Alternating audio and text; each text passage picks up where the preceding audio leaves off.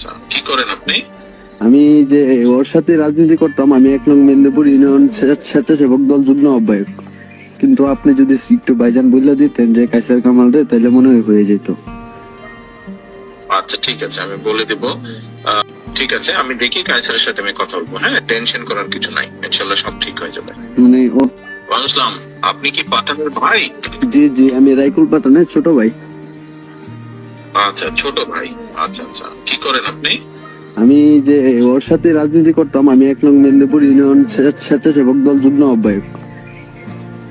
আচ্ছা আচ্ছা, তো পাঠানের সাথে কি এর মধ্যে দেখা হয়েছে, কথা হয়েছে?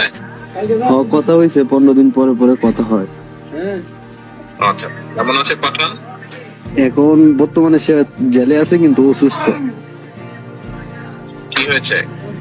যে সে মানসিক ভাবে দুর্বল, আর মানে ও তো রিমান্ডে গেছিল, রিমান্ড থেকে আসার পর থেকে তার শরীর দুর্বল। তারপরে আমরা এনে ওষুধ দিতে গেছিলাম, ওষুধ দেওয়ার জন্য দেয়নি, আর ওরে হাইকোর্ট পর্যন্ত নিষিদ্ধ করা হয়েছে। তারপরে যে আমাদের সুলেমান হাসান রুবেল ভাই মামলাটা দেখতেছে, মানে অনেক চেষ্টা করতেছে।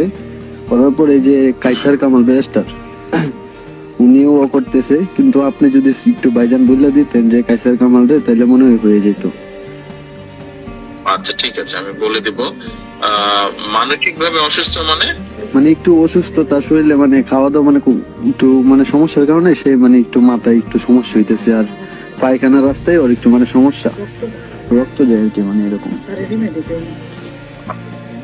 আচ্ছা ঠিক আছে, আমরা দেখবো কি করা যায়। তবে এই সময় পরিবারের সবাইকে শক্ত থাকতে হবে, ঠিক আছে? জি জি, আমরা এভাবে ঠিক আছে। কিন্তু মানে ওর মামলাটার পর থেকে যে আমাদের ঘরে মানে আওয়ামী লীগ মানে ছাত্রলীগের পক্ষ থেকে মানে আমাদের ঘরে ভাঙচুর করা হয়েছে, মানে অনেক কিছু ভাইজান আমাদের মানে ফ্যামিলি এলোমেলো হয়ে গেছে আর কি। আর ওরে যে মামলায় আসামি করছে, আমরা 3 ভাইরে এই মামলার আসামি দেওয়া হয়েছে। তারপরে আমরা মানে আমাদেরকে ধরতে পারে নাই, ওরে দইরা লাইছে আর কি। আর আমরা 3 ভাই পলাতক আছি, এখনো পলাতক। আচ্ছা ঠিক আছে, ঠিক আছে, আমি দেখি কাইসারের সাথে আমি কথা বলবো। হ্যাঁ, টেনশন করার কিছু নাই, ইনশাল্লাহ সব ঠিক হয়ে যাবে। আচ্ছা ভাই, এগুলা ভাই ভয় পাই নাই, সমস্যা নেই। অনেক মানে ও লাগতেছে যে আপনার মতো লোকের সাথে আমার মতো সাধারণ লোক কথা বলতে পারছি, এতেই ধন্য। ঠিক আছে ভাই, দোয়া করি ভালো থাকো সবাই। আচ্ছা ভাই। আচ্ছা ভাই, আচ্ছা, ওয়ালাইকুম আসসালাম।